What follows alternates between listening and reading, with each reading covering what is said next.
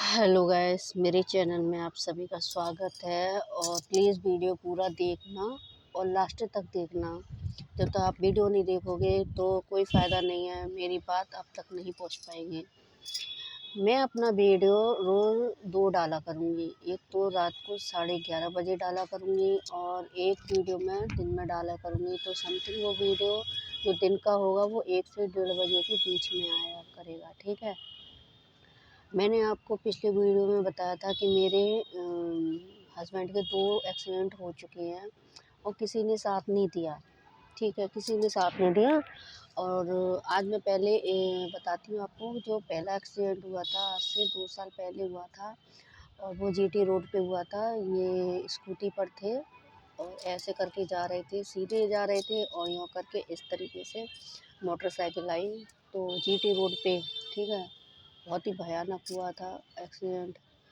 बस ये है कि खैर हो गई और उस एक्सीडेंट में हमारा नुकसान भी बहुत हुआ नुकसान। और वो एक्सीडेंट हुआ था ठीक जन्माष्टमी वाले दिन। वो दिन था जन्माष्टमी जो हम मनाते हैं ना कन्हैया जी की। तो मैं तो अपने ठाकुर जी का ही एहसानमंद हूँ, सच बताऊँ उन्होंने मेरी लाज रख ली। और कुछ बिगड़ने से और क्या कहूँ मैं, आप खुद समझदार हो, है ना। तो मैं सही बताऊँ अपने ठाकुर जी पे बहुत विश्वास करती हूँ। पूरा दिन उसी में हमारा निकल गया। उनकी एक कॉल आई एकदम से कि यहाँ आ जा, हॉस्पिटल में मेरा एक्सीडेंट हो गया है।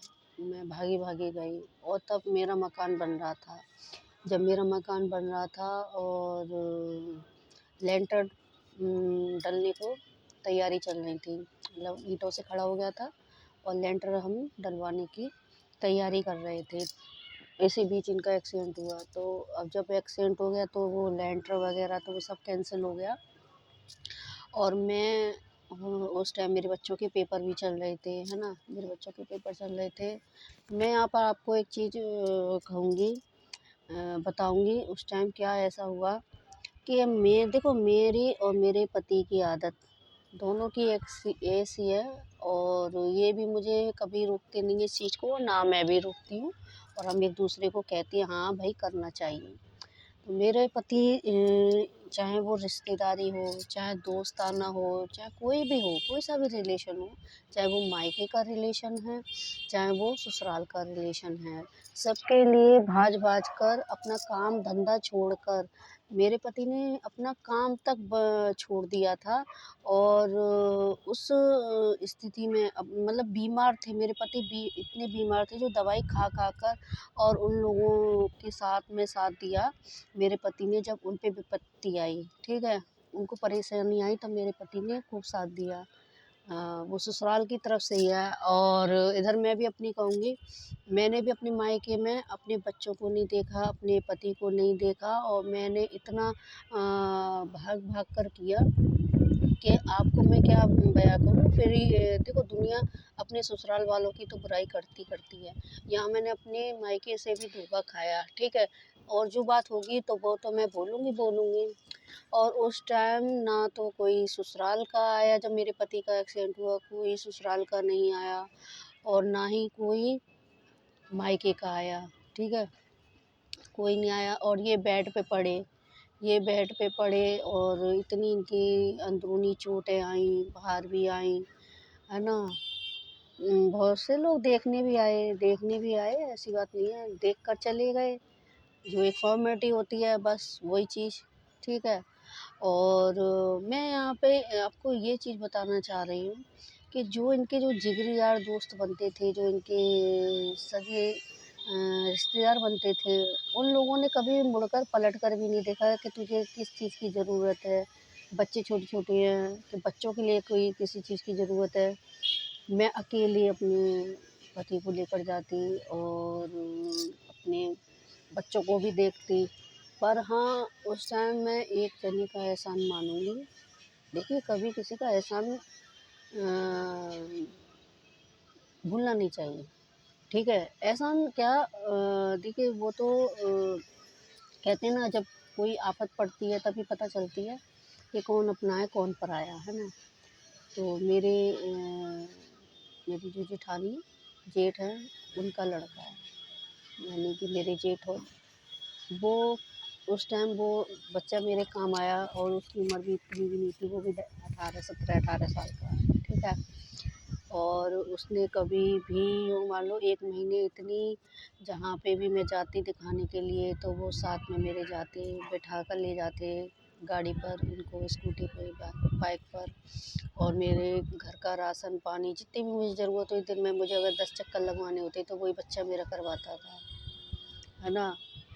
तो मैं यही कहूँगी उस बच्चे देखो किसी को है ना, आप है ना ये नहीं जता सकते और ना ही बोल सकते उसके सामने, पर अपनी अंदरूनी आत्मा जानती है ना। जो इंसान होगा ना, बेगैरत इंसान कभी किसी का नहीं याद रखता है। उस बच्चे ने मेरे लिए इतना किया उस टाइम, सच बता रही हूँ मैं। हालाँकि वो करते रहते हैं, वो बच्चा मेरा कभी मना नहीं करता किसी काम के लिए, पर जब मुझे सबसे ज़्यादा ज़रूरत थी ना, वो एक बच्चा ही मेरे काम में आया। मेरे बच्चों को स्कूल ले जाना, स्कूल से लाना, मेरे घर का कोई भी सामान, दवाई इनकी, सारी चीज़ें वो छोटा-सा बच्चा मेरे काम आया। क्या कहूँ मैं? और जिनके लिए ये कर चुकी हैं, मैं कर चुकी हूँ, कोई भी तन, मन, धन मतलब इन्होंने अपना काम धंधा तक छोड़ दिया। अ, उनके लिए जा रहे हैं, ना अपनी बीवी देख रहे हैं, ना बच्चे देख रहे। चलो ठीक है, इनकी इतनी हालत ख़राब थी, इतनी तबीयत ख़राब थी, दिखा-दिखा इन पे खड़ा भी ना हुआ जाता था और दवाई लेकर जाते थे इतनी दूर। और उन लोगों ने ठीक है, परेशानी सब पर आती है और मैं अपने मायके की भी कहूँगी, मैं भी अपने मायके इतना किया है मैंने अपने मायके में, इतना किया है और कोई नहीं आया उस टाइम, ठीक है। बस एक मेरी बहन आई थी, आई देख कर चली गई, ठीक है। वही जो एक चीज़ होती है फॉर्मेलिटी, भाई आज हम उनके लिए कोई मतलब इतना मैं कर के आई हूँ अपने मायके में और अपने ससुराल में। यानी कहने का मतलब ये हमने अपने मियाँ बीवी ने इतना किया, हम क्या बताऊँ मैं, बहुत कुछ किया। और हमें बदले में कभी किसी ने कि ये इस पे परेशानी आई है तो इसको हम सहारा देना तो दूर की बात है, देखने तक भी बहाने लगा देते हैं। अरे हमारे घर में ये हो गया, वो हो गया, हम तो आ रहे थे देखने, ये बात वो बात। और फ़ोन पे भी वही 1-2 बार फॉर्मेलिटी के लिए पूछ लेनी। तो मैं तो यही कहूँगी देखिए ज़िंदगी में अब तो यही हो गया संसार में, जो आपके बुरे वक़्त में साथ दे वही तुम्हारा है, और जो नहीं है तो उससे किनारा मत करो, बस अपनी मतलब से मतलब रखो, मत ज़्यादा घुसो उनमें और मत ज़्यादा घुसाओ। और ज़िंदगी बहुत लंबी पड़ी है, कभी उन लोगों को ज़रूरत पड़ेगी अपने हाथ खड़े कर दो। मैं तो यही करूँगी, सच बताऊँ मैं तो यही करूँगी। मैं अपने पति की तो ना कह सकूँ क्योंकि मेरा पति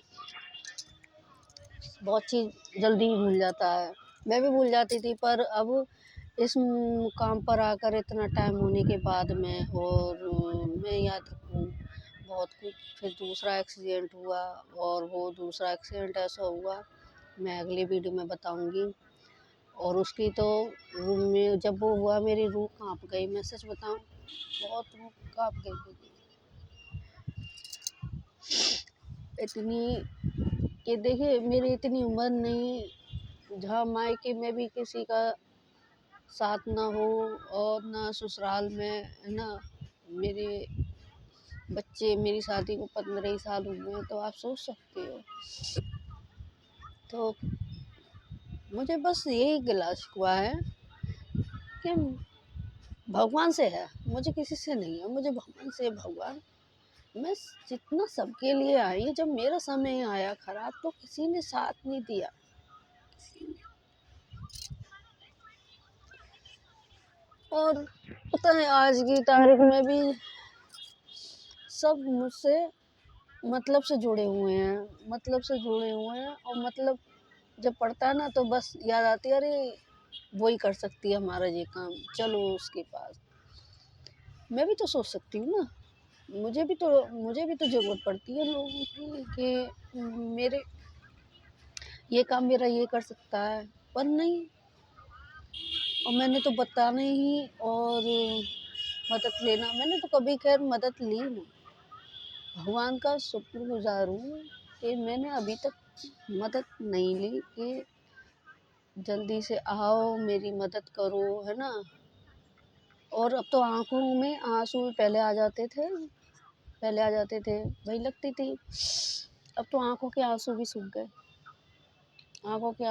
गए, क्योंकि हम किसी को भी बताएँगे ना अपनी परेशानी तो वो कभी अपने मन से नहीं सुनेगा, बस सुनेगा ऊपरी मन से सुनेगा, बाद में फिर हँस-हँस के उड़ाएगा, कोई फ़ायदा नहीं है। तो मैं बस यही कहूँगी कि जब मेरा किसी ने साथ नहीं दिया, तो मैं अब किसी की नहीं सोचूँगी। मैं धाड़-धाड़ वीडियो बनाऊँगी और सबकी बताऊँगी। चाहे किसी को बुरा लगे, चाहे भला लगे, चाहे कोई मुझसे रिश्ता रखे या ना रखे, मुझे इस बात से कोई मतलब नहीं है। जब मुझ पे परेशानी आई तो कोई ये भी पूछने नहीं आया कि तेरे बच्चों को कुछ चीज़ की ज़रूरत है, अरे बच्चे के लाने तो कुछ दे ही देते, कर देते, नहीं। तो फिर मैं क्यों सोचूँ? इस मुकाम पर आकर जब आपको लगे कि जब यहाँ तक आने के बावजूद भी आपकी कोई नहीं सुनता और बदले में बस अब मैंने भी जितना करना था कर दिया। सच बताऊँ मैंने भी फालतू में झूठ बोलूँ मैं, जितना करना था कर दिया। अब आगे के लिए जैसे फॉर्मेलिटी वो निभाती हैं, जिन-जिन लोगों से मुझे मैं करके बैठी हूँ, मैं उन्हीं लोगों से गिला शिकवा जिनके लिए मैं कर बैठी हूँ, ठीक है? और बदले में पता है करवाने के बाद में कुछ लोग तो ऐसे भी हैं जो इतने एहसान फरामोश के काम निकल जाने के बाद में फिर दूध में से मक्खी की तरह निकलना और हमारी बुराई करना, है ना? आज भी मैं जाते-जाते एक बात कहूँगी, वो इंसान ठीक रहते हैं जो नहीं करते हैं। वो लोग ठीक रहते हैं, उनको ना कोई बुराई मिलती है, ना कुछ, वो भले रहते हैं और हमेशा बुराई उन्हीं को मिलती है जो करते हैं। मैं बस यही कहूँगी कि मुझे ज़्यादा से ज़्यादा सपोर्ट करना और मैं अपनी ज़्यादा से ज़्यादा बातें रख सकूँ, अपनी अनकही। ये बातें मैं किसी को नहीं बोल सकती और जिस दिन मेरा ये वीडियो देखने को मिलेगा,